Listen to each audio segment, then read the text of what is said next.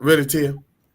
I didn't do anything. You making all that noise right as we go live. You gonna put that on me? You gonna put that on me? Right as we go.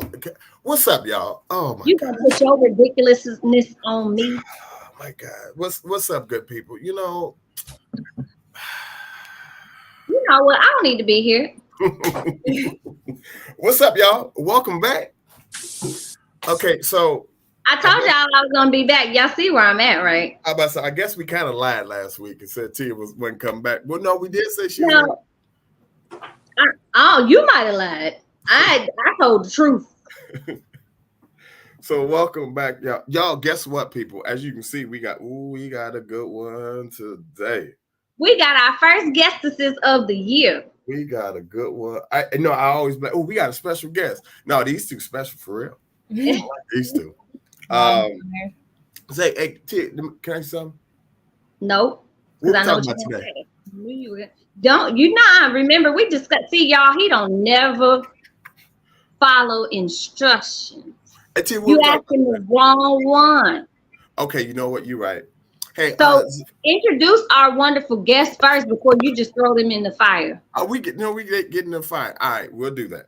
So I want to introduce some of our guests, and so this one I want, I'll let y'all introduce yourselves. So, guests, could you mind introducing yourselves? Who you are, where you from, and all that good stuff.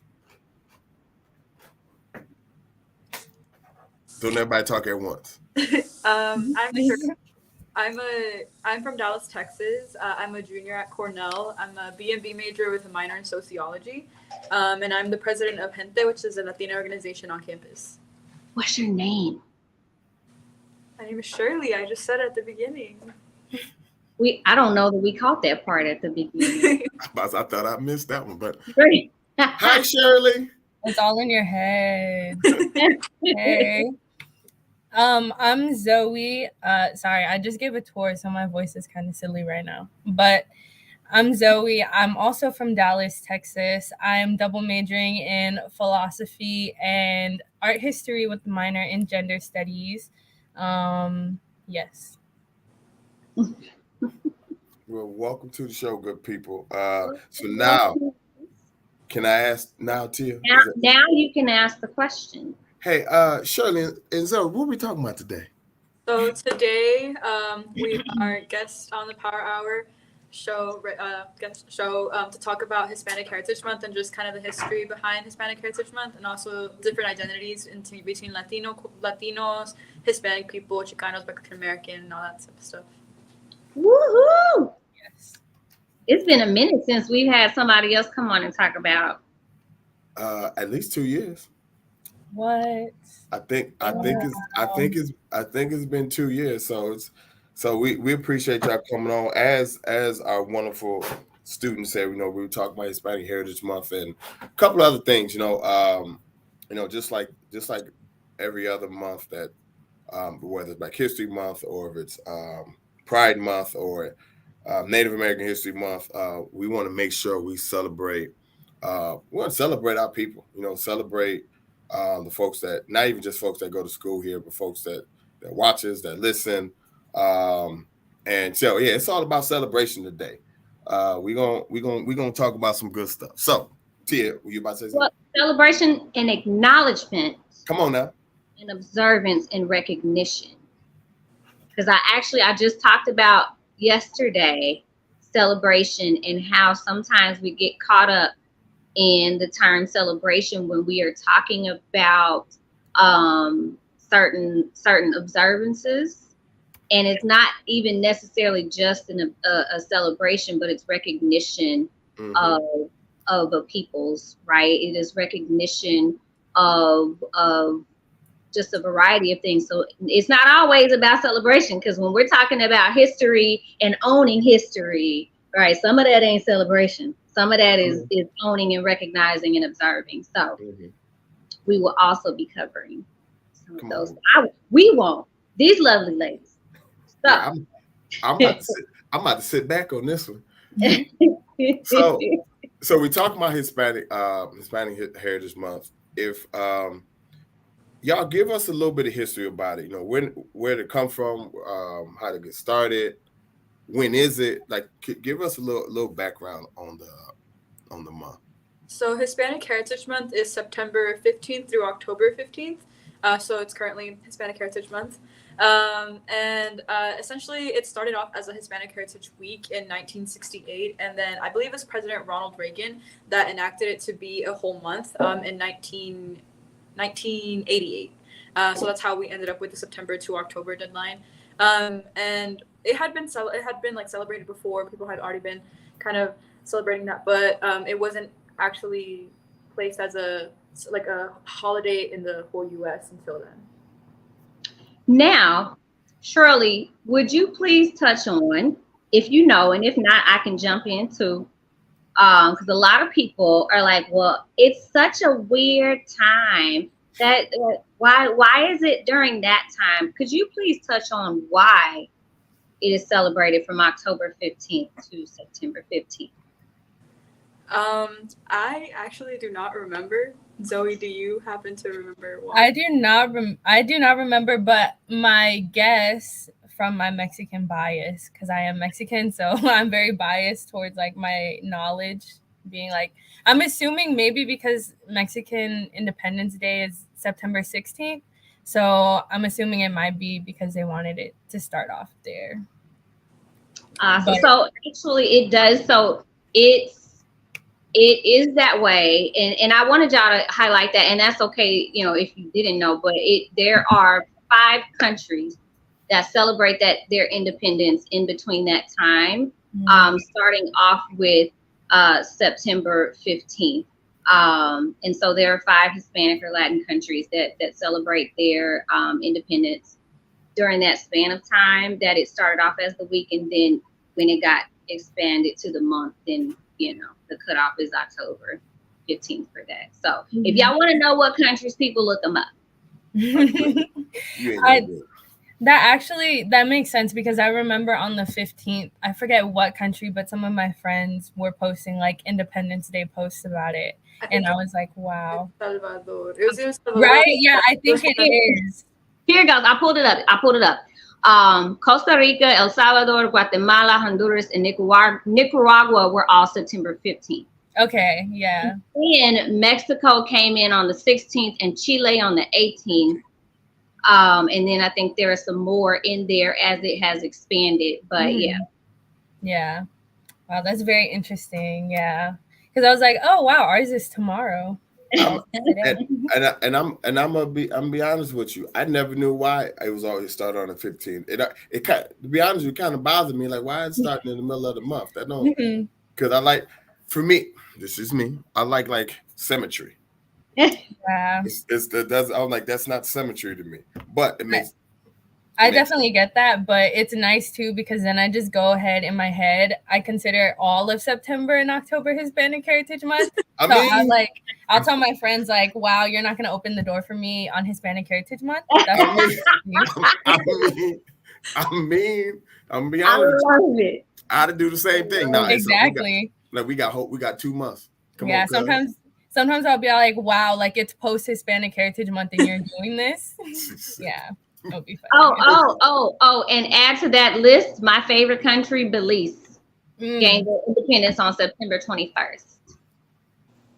And I will say, you know, all jokes aside, you know, and Shirley and Zoe, I mean, y'all don't really know too much about Ronald Reagan, but or you might know about Ronald Reagan. For him to do that, to me, is somewhat surprising. Yeah, Yeah. Hey, Reagan did some interesting things. Reagan and Bush. I was like, oh, okay, I see y'all. That's interesting. I mean, Bush did something, but you know, Reagan was, you know, we're not talking about Ronald. It's the start of a lot of things in our country. We just leave it there. Right. Like, yeah. Let's say Buddy was interesting. No, when I was reading upon like history back then, and then also just like seeing how the whole month came to be, when I saw that it was Reagan, I reread that. I was like, there's no way. And then I like read more, and I read another article that said the same thing. I was like, I was surprised. Yeah, when you said that, I was like, whoa. So now he's known for crack and Hispanic heritage. Leave that. Oh, look. See. Hold on a minute. Hold on, y'all. She got to go. She got to go. She got to go. Not for real. That's crazy. She got to go. Oh my god. Wow. She got to go. I didn't go. I mean, it's true. Like, it's the truth. I mean, you're not wrong. So let me. I'm gonna go ahead and drink my cocoa. Let me ask you two this: how important? Now I understand. I know how important it is, but when did you all really dive into celebrating just this month? Not even just your cultures and your background, and talk a little bit about that as well. But like, when did y'all say, you know what, I want to start celebrating this month for real, and how important is it to you? And also tell us a little bit. Like Zoe, you started a little bit about your heritage. Tell us a little bit about that. Yeah, so I'm Chicana, so I'm Mexican American, and me and Shirley actually want to go into like the difference between like Mexican American and Chicana, and I can do that now or later. I'm very passionate about like do it. Go ahead, go for it now. Okay, so basically, like the difference between like someone who identifies as Chicano and someone who identifies as Mexican American, even though they're technically the same thing. Is that Chicano is more politically charged. So if you're identifying as Chicano, you're identifying yourself as someone who is active in your community, who is fighting for Mexican American rights, who is constantly educating yourself on your culture, and like making sure you're up to date and you're doing what's best for your community, of like Mexican Americans and Chicanos, and even extending out to like your community of Mexicans, even though you're born here in the United States. Whereas Mexican American is just like if you're of Mexican descent born in the US. So if you have Mexican parents, or one Mexican parent, you're Mexican American, like automatically. So all Chicanos are Mexican American, and technically all Mexican Americans are Chicano, but sometimes it can mean different things for different people, if that makes sense. Yes. And so, right, back to your question. I'm Chicano. Well, I'm Chicana. I identify as that. And what was the rest of it? My bad. Oh, Hispanic Heritage Month. I remember. Yes. I feel like I've always kind of celebrated and known the importance of Hispanic Heritage Month growing up, and that might be because I come from a very predominantly Hispanic area of Dallas. So I'm from Oak Cliff, and it's very, very Latino oriented. Well, POC in general, but there's like I say there's two parts of Oak Cliff. There's like, and one is definitely like a Latino area, and then one is more like a Black area, and then there's like obviously like there's a mix, but like it's so I could talk about Oak Cliff all day, but anyway. So I've always known the importance because most of the schools I've gone to have always celebrated like Hispanic Heritage Month and Black History Month. So I've always known like that's something I've always wanted, or I've always been a part of. Like I've been a part of like programs at my schools and stuff like that with it. So it's always been a big part of my life, I'd say, since kindergarten. Nice. All right. As for me, like Zoe was talking about the difference between Mexican American and Chicana, and even though I do technically fall into both categories, I sometimes identify more with the Mexican American label because I didn't grow up in that political culture of Chicano culture, so I feel wrong just claiming that identity, knowing that my family wasn't like continuously active in that part, like political movement, and continuing, and then like telling me about all that history. So sometimes I just go with Mexican American. My mom was a Mexican immigrant. I am the first person in my family to be born in the U.S. So I'm first generation Mexican American, basically. So I kind of just self-identify with that label more, even though I am like pretty active in my community and I continuously talk about stuff that I want to change or stuff that I want to see change. I feel like the Chicana label still applies to me, but it's not my space for me to apply it to myself, if that makes sense, because I didn't grow up with the political movements, or my mom didn't grow up with telling me about that. I grew up speaking Spanish up until I got to elementary school is when I learned English. So most of my life was just the way that my mom grew up and like her culture and how she did things, and then we kind of just added like more Americanized things into it as I got older. There's a lot of stuff that I kind of there's like American traditions that I missed out on growing up, and I didn't do them until like college or when I got to high school, because it was just something that I wasn't exposed to, that wasn't part of how I grew up. Um, like, to give an example, fast food was a big one, because my mom was always like, "Oh, we have food at home. Oh, we have like beans and rice. Like that's what you're gonna eat today, you know." Or I didn't have Wendy's until I got to college. That's the first time I ever had Wendy's, and I've had Wendy's a total of like 5 or 6 times now. Never had Wendy's. There's so many other things that I've never. First of all, I'm jealous. Right. That's crazy to me. Oh, That is a good problem to have, honey. Yeah. Wait a minute, college? Come on now. Yes, Wendy's college. like a 4 for $4 after school. Like, okay. When talking with my friends, would be like, "You've never done this, you've never done that, you've never watched this movie." Yeah, that's just not the culture I grew up in. When I grew up speaking Spanish, every single movie that like I ever watched, Disney related or Pixar, whatever, it was in Spanish. Like Shrek, to this day, I have never seen it in English. I have only ever seen it in Spanish.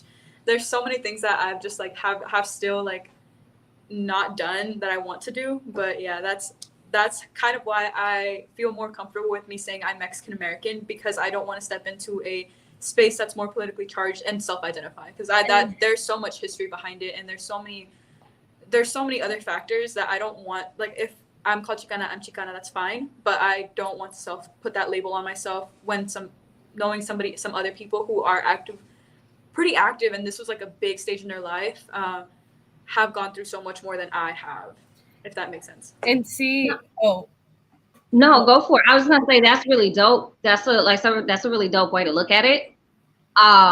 In terms of like that's not how you identify, and you making sure to preserve that title, that label, that identity for somebody that it belongs to, as opposed to you like posing because this is what this looks like. But I also want to add that is a huge asset. I hope and pray that no one has ever made you feel like that was a deficit, that you haven't had Wendy's until college. Like, I wish. Like, there's been times where I feel bad, because it's like, but then I like, that's part of my culture. That was part of my culture. That was part of that I But so you ate good food. That's what that was. Yeah, exactly. You ain't like the rest of us who might have an extra leg growing at some point. You are lucky, Queen. But Zoe, you were getting ready. Zoe was getting ready to say something. Yes, right. Well, I was just gonna say, like, I feel the same way Shirley does, but like with Mexican American, even though like technically, yes, I'm a Mexican American, but it's like me and my mom are kind of in the same boat.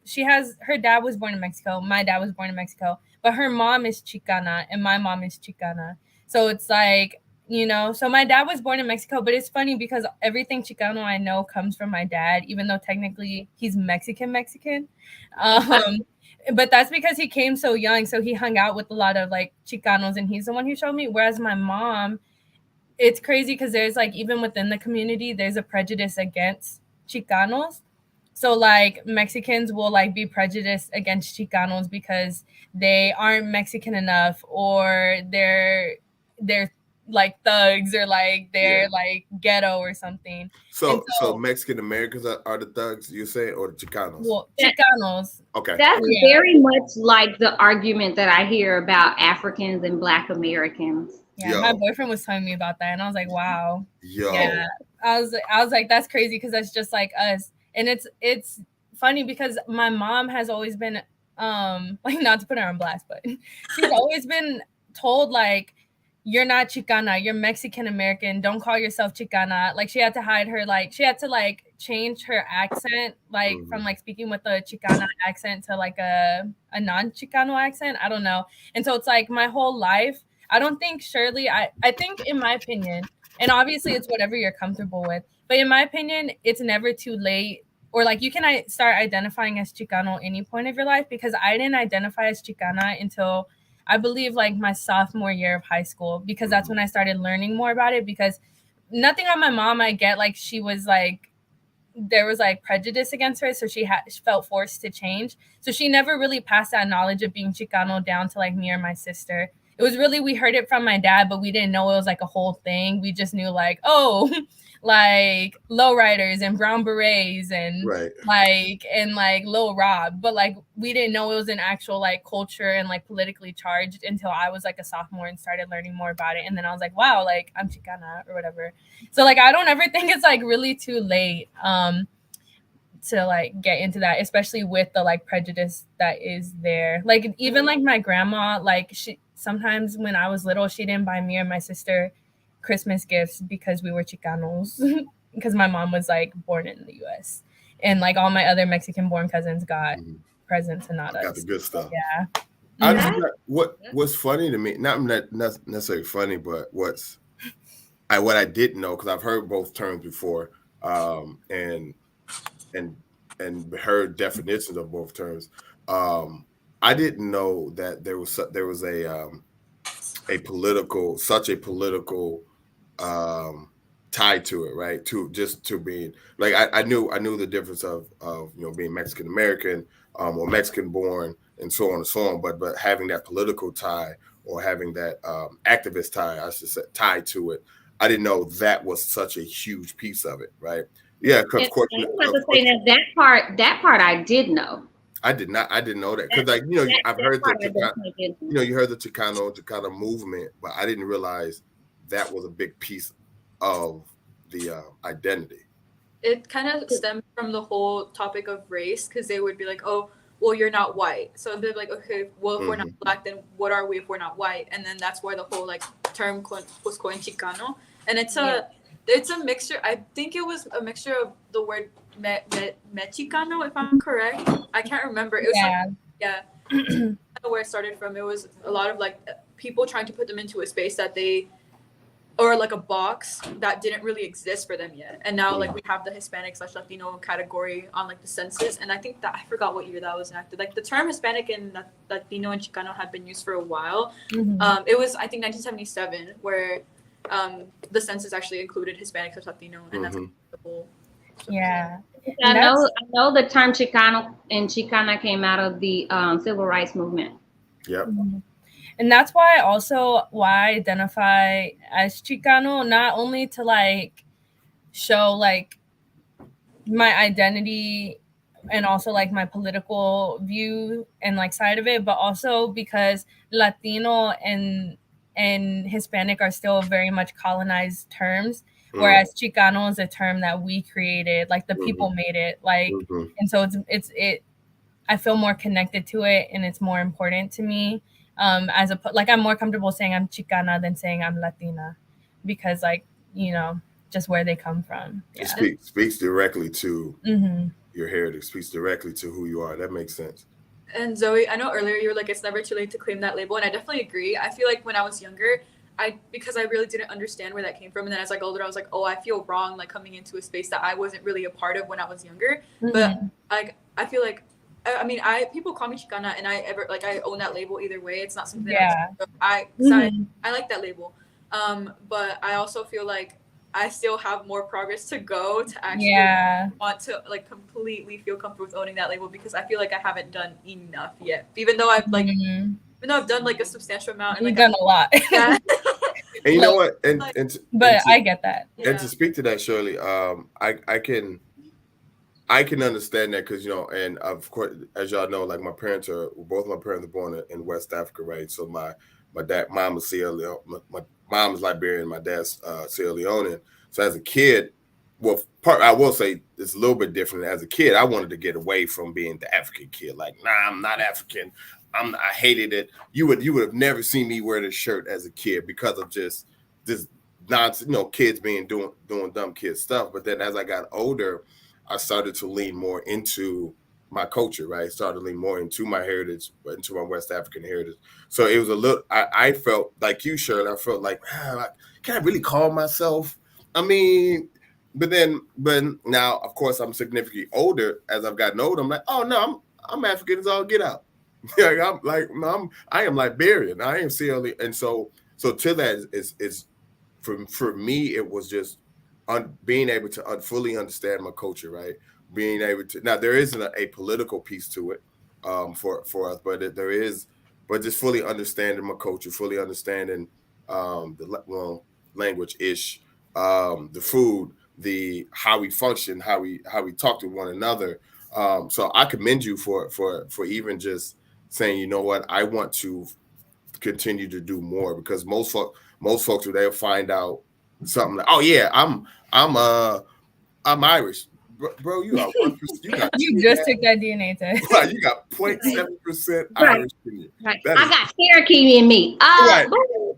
That is not how that how Yeah. that works. Meanwhile, people like living on the reservations are like, okay, bestie. Like, Exactly.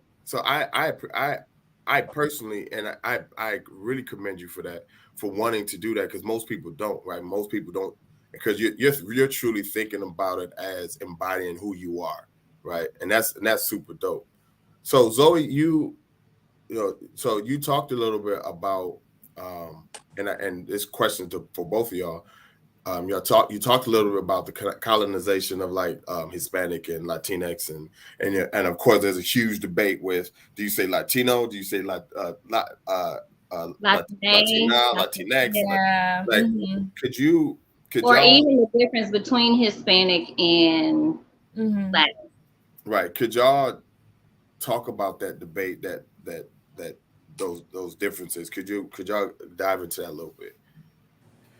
Do you want to start off, or do you want me to start off? It doesn't matter to me. You can start off because I started with the Chicano stuff.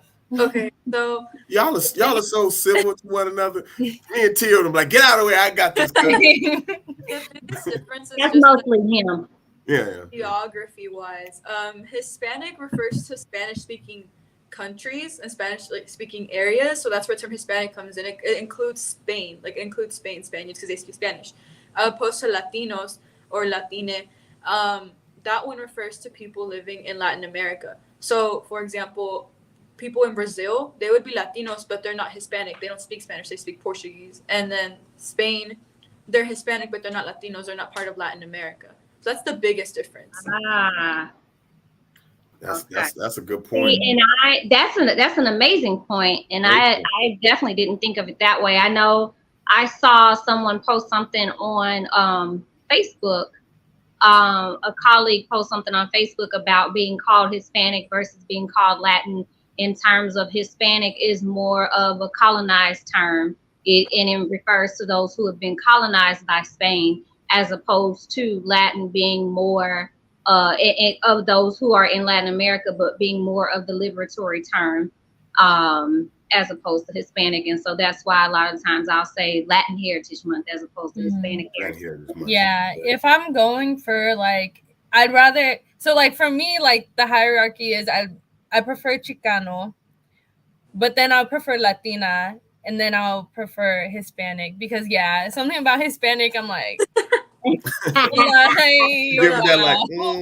I mean, does Spain still have me? Like, I hear you, but I don't like it. Yeah. Like, I'm not gonna get offended if someone's like, oh yeah, it's always Hispanic, like, because I am Hispanic, but it's just like, that's the last thing I'm gonna call myself personally. I definitely agree with that too, because even the differences between Hispanic and Latinos, for example, like people in Spain did not experience the same type of struggles that people from Latin America had. Like they could, like, I'm not saying all of them could, because I don't know people. I know a couple people from Spain, but not all of them. But some of them could easily pass as white, and it's like they didn't experience those same racist issues, and also like the whole movement that happened the same as Latin American people did. Whenever people immigrate from Spain, they're not, I guess, like, I don't want to say demonized, but like they're not hated on as much as when people immigrate from Mexico or Guatemala or other places like that.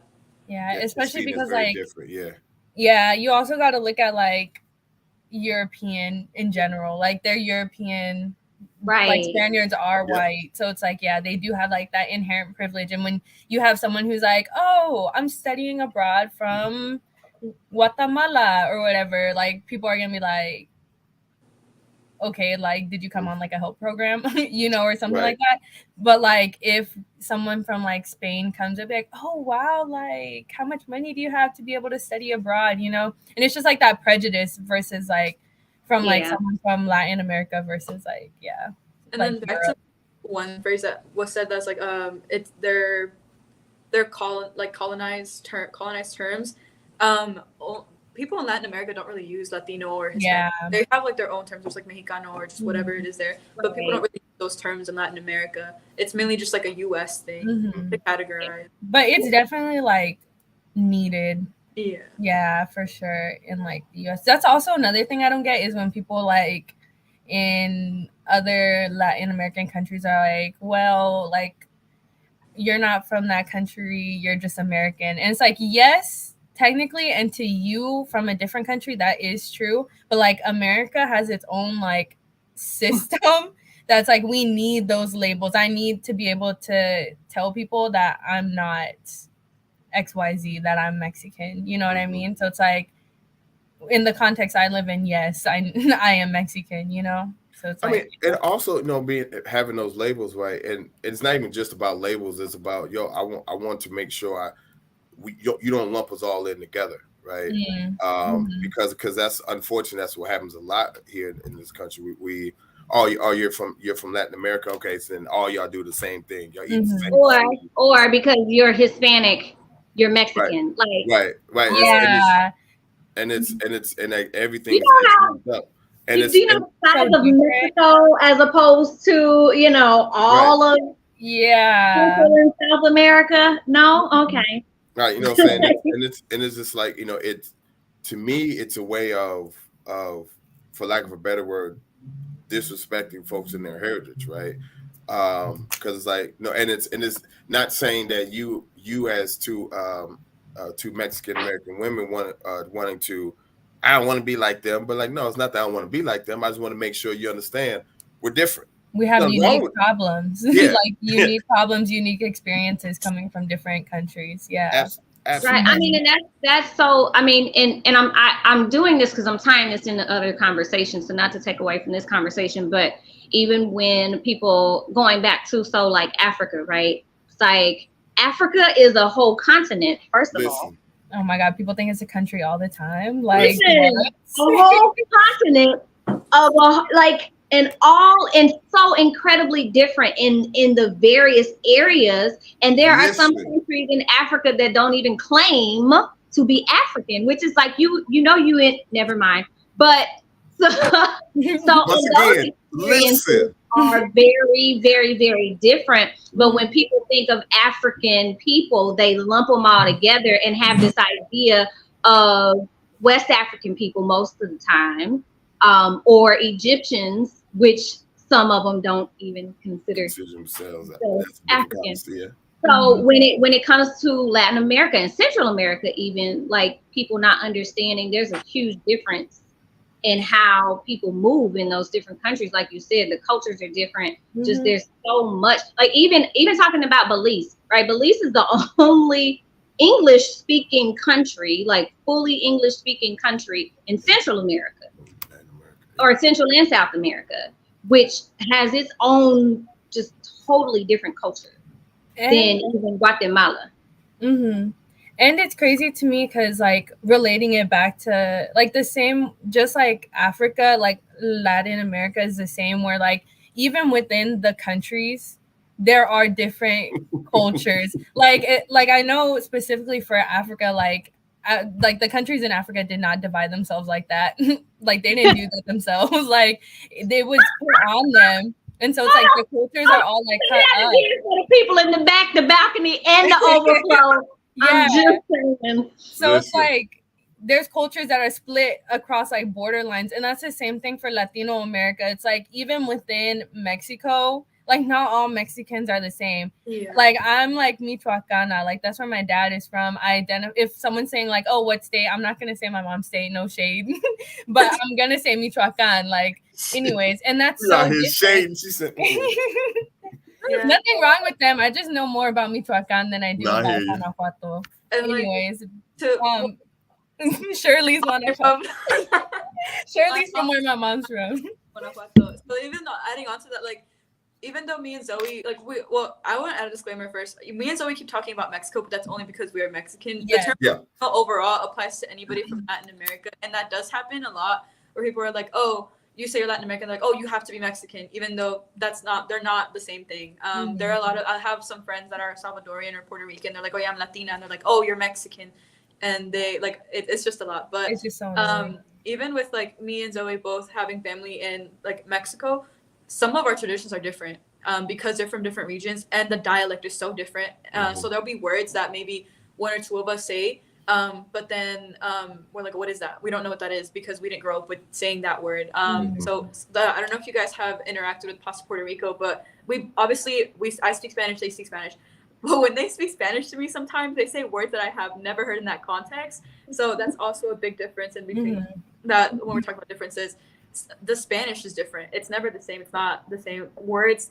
Some words that I use that are like very clean words, it's like a dirty word somewhere. Yeah. Yes. That's so crazy to me. Yes. That is so crazy to me. Yeah. But you know what? When it comes, so we're talking about Latin American people, right? You talk about the American side of things. America, even in the same state, you can have two cities that have very different cultures and very different language and very different behaviors. Like even amongst the states, like you go to New Orleans, honey, they speaking a whole nother language.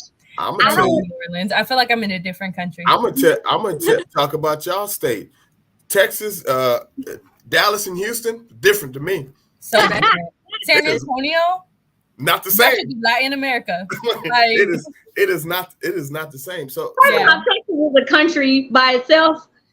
So I mean, I wasn't gonna say nothing. Even like here is different. I find myself speaking different Spanish now than when I was younger. I feel like when I was younger, I used a lot of more words that my like mom, for example, like the word for I'm trying to think of it, like parking lot. Like I don't remember what this like official Spanish word for parking lot is because my mom has just been said parqueadero. That's not like a real word over there. So like we'll just be like parqueadero and it's just like okay, whatever. Or like the mall, it's centro comercial. And I used to use that word when I was younger, but now I'm like el mall. So I'm just like el mall. And it's crazy to me too. I just looked up the parking lot. I was like, I'm not even gonna mess that up. Yeah, it's crazy too because like I'm not fluent in Spanish. See, that's another reason why like identifying as Mexican American is kind of iffy for me because like you'll have Mexican Americans being like, you don't even speak Spanish, like you're no sabo. I don't know if y'all know what that like term means. So whenever you're saying I don't know in Spanish, you say no sé because like that's the like conjugation for what I don't know grammar. But anyways, I don't know. Yeah, like right. I don't know. It'd be like, but with other words, it'll be like there'll be an O there instead, right? For like speaking personally, but because saber, which is the word for know, is regular, it's se, not I used to hate those those words that just throw me off. I'm like, wait a minute. That's not OY. That's something else, and I can't. No, don't. I took 7 years of Spanish. Don't ask me nothing beyond the basics. Literally. I don't know. I cannot tell you. And so basically, it's like if you're a no sabo kid, you're saying no sabo because you don't know the correct way to say no sé. So it's a term used for like people who don't speak Spanish, but it's like, how was I as a child supposed to teach myself Spanish if the adults in my life weren't going to teach it to me? So it's like as a young adult now, I acknowledge that right now is pretty much now I can't blame my parents no more. Like I'm a grown adult. Like I can download Duolingo and learn on my own, which actually I am. But listen, I'm killing in Duolingo right now. Yeah, but you can't like blame me for not knowing as a kid because how was I supposed to like teach myself that at like 2 years old? Like it wasn't my responsibility anyways. And so like that's also why I'm uncomfortable with Mexican American, because then Mexican American people or like Mexicans will be like, well, you don't even know Spanish, like you're not even Mexican. And it's like, okay, but I think that's that's not true. And that's I will say that's the struggle, right, of being, especially folks who are first gen Americans, right, who parents are immigrants. There's that constant battle of, am I Mexican enough? Am I African enough? Am I Liberian enough? Am I insert whatever enough, right? And because you have the battle of assimilation, and so then you have those that decide to lose their mother tongue because they're assimilating. Right, it's so difficult to because you want that, but then like it says like, okay, well, but you still have your culture that you grew up in here in America, right? And so you don't necessarily want to lose that, but you want to, it's hard to try to find that mix, right? Hard to try to find that. How do you mix that up to where you're using everything? And I think it's important that you all continue having those conversations. You continue expressing that, because there are a lot of, and I'm sure y'all know, a lot of folks who's like, well, am I Mexican enough? Like, well, yeah. I mean, last time I checked, like, last time that I checked. Sorry. Come on, YG. Come on, YG. And to kind of circle back to that idea that Zoe brought up, where a lot of like Mexican people will kind of, or some Latin American people will kind of like hate on Chicanos and the whole movement. I have had that happen to me when I go to visit my family, and like they automatically know. So like the way I speak Spanish, obviously I've never noticed, but apparently I have an American accent when I speak Spanish. Didn't know that until I went to Mexico with my family when I was like in middle school, and then they automatically knew that I was from the U.S. because of the way that I speak. Mm-hmm. And sometimes you would get like stuff that's like, oh, well, y'all do this, so it's not, that's kind of weird, or this is kind of weird. But it'd be like the same exact culture and ideas that I grew up in. But now that I'm in that place where my mom grew up in, it doesn't count. So I don't know. It's very... Yeah. It's crazy. Like, the other day, I'm going to try and tell this story very, like, in as little words as possible, because I don't want to, like, make anybody feel called out. But the other day I was introducing myself to someone in the beginning of like the school year, because there's a connection with a certain group we're in anyways. And so I want to be like, hey, like, welcome to campus or whatever, like, you know, how's it going? And the parents were there, and the parents only spoke Spanish. And I was like, oh, like, my bad, like, I can understand, but I can't speak it, but, you know, like, cool, whatever. And they were like, we were talking. I was like, oh, yeah, like, my dad's from Michoacan. He's from Mexico, but my mom's Chicana. And then the dad was like, oh, that's why. Like, basically saying, like, that's why I can't speak Spanish, because my mom's Chicana. And I was like, oh, that's actually so crazy. Like, I was like, wow. Like, I don't know. So it's like, it's very weird. It's very weird yeah. And I was just so shocked. I was so shocked. I was like, yeah. Like, I did not know what to say. Yeah. And there you have it, folks. Sometimes some people just some folks just ain't got it. They ain't got the couth. Yeah. But no, so as I look at the time, so I know y'all got to go. So tell us a little bit about Gente, and tell us about upcoming events. Tell us what y'all got going on this year, how folks can join y'all and all that good stuff. Okay, so Gente, we just had our second general meeting on Monday. We're gonna start having regular meetings every second Monday of the block. I will verify that because I can't remember if we agreed on the second Monday of the block or the first Monday of the block. I think it's the second Monday of every block. At 7 p.m. in Durham. And for the upcoming events, we have one in progress. It's not official yet because I'm dealing with some other stuff from the college to try to make it official. But if we do have that, it'll be an artist coming here on campus, a Latina artist coming on campus talking about her work. And also there'll be a paint session. So there'll be time for people to go ahead and like recreate her work or paint with her. I believe we have 30 spots available for that, but it's still in progress because I'm waiting on confirmation from the college.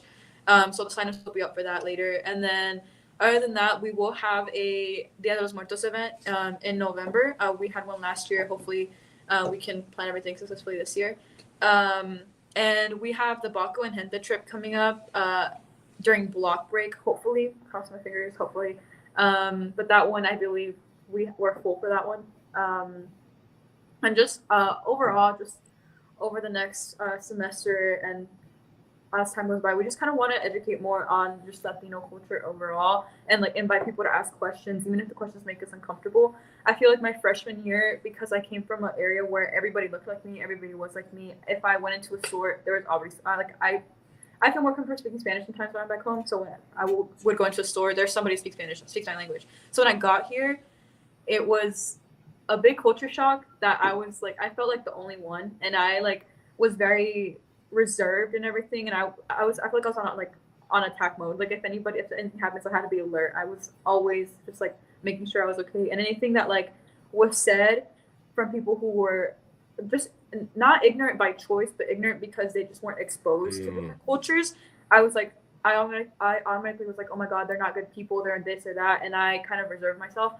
But as I've grown older and as I've experienced more stuff on campus, I feel like it's my job. Like when I was younger, I felt like when I was a freshman, I felt like it wasn't my job to educate. I was like, why is it my job to educate? These people are grown. If I know this, why don't they know this? Why is it all on me? Why do I have to be the one who speaks up? I had that mindset, and I really regret having that mindset, but you live and you learn. So now I feel like it is my job, because if somebody doesn't correct it, who else will? And they're just going to go along the line, just like thinking that these ideas are correct, thinking that it's okay to think like that. So if I can make a difference and explain, hey, it's not like that, it's okay, even without attacking them too, then that's fine. Because there's a specific person in my class that I remember, and they asked a very ignorant question. I was keeping it, I'm not going to say what happened or what, but that's a very ignorant question, and I flagged them as like a bad person. But I then found out that they grew up in Iowa, and they grew up without like any people of color. This was the most diverse place they ever been at, and that was a shock to me, because like this place is not most diverse, but okay. but to them it was, because they had never seen people of color ever. They weren't people of color living there. So his ignorance wasn't by choice, it was just by where he grew up, and he didn't want to be like that. He was trying to change that. So I obviously taught him some more things, and like he was exposed to more things, and he's not like that anymore. So it to some degree it is my job, because if I want to see a difference and I want to see a change, then I have to be the one to actually initiate it. And that's kind of what I want for Gente this year. I want us to be able to talk about topics that maybe aren't discussed. So like, for example, the zoot suit riots, that was a big thing in Chicano culture, and not everybody knows about it. Not everybody knows about Latin history. I feel like in this country we didn't really have a huge history. Like, for example, like Black history goes a long way, and some of that stuff wasn't even by choice. Opposed to like Latinos here, we didn't go through the same struggles that Black people in this country did. So a lot of our struggles aren't really talked about, because there are other groups that need more attention at that time, and that's okay. So if I can be the one to like educate more people on what happened and what we went through, then that's all that I really want to see. Just educate more people through Gente, and also just educate more people through the events that we have. A lot of hands-on stuff, so everybody knows that it's like a safe space regardless of what background you're from. And even if they're not Latino or Hispanic and just want to learn, I hope that like Gente does a good job at teaching them about the culture, so that they can also take that to other people. Girl, I know you may not think Chicano, but I promise you on your path. Yeah, exactly. Come on. I promise you. And one thing I want to highlight too. So first of all, I went to the Latin dance instruction on Friday, which was dope. I'm glad I only made it just for the bachata. I'm so glad I got caught up in salsa. I tried not to, but but it was dope. It was really dope. And so make sure that you all are, going to those events. And also, one thing that a lot of people don't know is that of our domestic student of color population, our Latin students are actually the highest population of that domestic student of color population. But because some people identify differently, you're not always going to know that. Mm-hmm. Yeah, and that's like talking about different identities. Though I remember, I will actually shout her out because I love her. Luisa, she told me when I was taking people to the there's a Cedar Rapids Latino Arts Festival here when Hispanic Heritage Month started, and she said that in her, like, she's a senior this year, so in her 4 years that she's been here, she's never seen Gente this big, and that I'm also the only person who has ever acknowledged that there are different identities other than just Mexican, and that's what drove her away from Gente in the first place when she was a freshman and a sophomore, because they would only discuss Mexican issues and only Mexican culture, and she's Colombian, so it's like it doesn't. That's not, to me, that's not the way to go. Yes, I love my heritage, I love my culture, but there are other stuff that we can expand on. So I try to like for example, the taco event, I tried to get candy from other places that weren't Mexico, and I did, but they didn't come in on time. So we only had like Colombian law, nothing else. But I try very hard to also like try to see what other events we can incorporate. And we have like a suggestion forum if like people from other cultures want to put on an event. We're there. We can like we have the budget for it. We can try and sponsor it. But Hey, let me know when y'all are doing arepas. Por favor, y gracias. arepas? Yeah, arepas. What is Yeah, it? that. I don't know what they're talking about. I know what they are, but I don't know where they're from. So Venezuela and Colombia, if I'm correct. Yeah. It's I don't like think it's masa, but it's Isn't it like a gordita? huh? Yeah, it's like that. It's like a gordita stuffed and it's got all the yummies in it. Yeah. And depending on what country or culture is cooking it, different things go in it. Mm-hmm. But I love arepas. Yeah, they're like gorditas. Yeah, they're nice. From before. Yeah. So yeah. So no, that's my suggestion box insert right there. Yeah. No, we appreciate y'all. We know y'all got to get to class or should be getting to class. So, one more thing real quick. Every Friday, I'm a DJ on KRNL. Yes, I heard. Yes. Every Friday is Latina Hour from 4 to 5. So yeah, if y'all want to tune in. Also, I keep saying this, but I definitely am gonna make and also like a suggestion box because I do have a very strong Mexican bias. I know I keep saying that. So like I want to kind of break out from playing just like banda music and like Mexican music. I do play other cultures, but also it's kind of hard because I never grew up hearing like other music besides that. So I'll have a suggestion box, or if anybody wants to email me, like if they want to guest on the show and then play like music from their culture, I would love to do that. I kind of did that with the Posse Puerto Rico student impromptu, and he put a lot of cool like reggaeton songs for me on there. So you messed up. Yes. So I need to tell Shell. So Shell loves Latin music, and he'll even put on. He loves Salinas. Yeah. We haven't seen the Selena movie to hear that reference yet, so we gotta watch that. But he'll have his mariachi music on or whatever, and it's super cute. Yeah. And this is my 16-year-old. Yeah. Oh my God. He if he wants to come to the studio, I would not mind. Yeah. I have to make some he tunes in though. All right. Well, once again, appreciate y'all. Love having y'all on. Definitely got to have y'all on again. Congratulations on all the dope things that y'all are doing across campus. Yes, certainly. Right. Rebuilding gente. Be good, be safe. And everybody out watching, we'll see y'all later. Peace.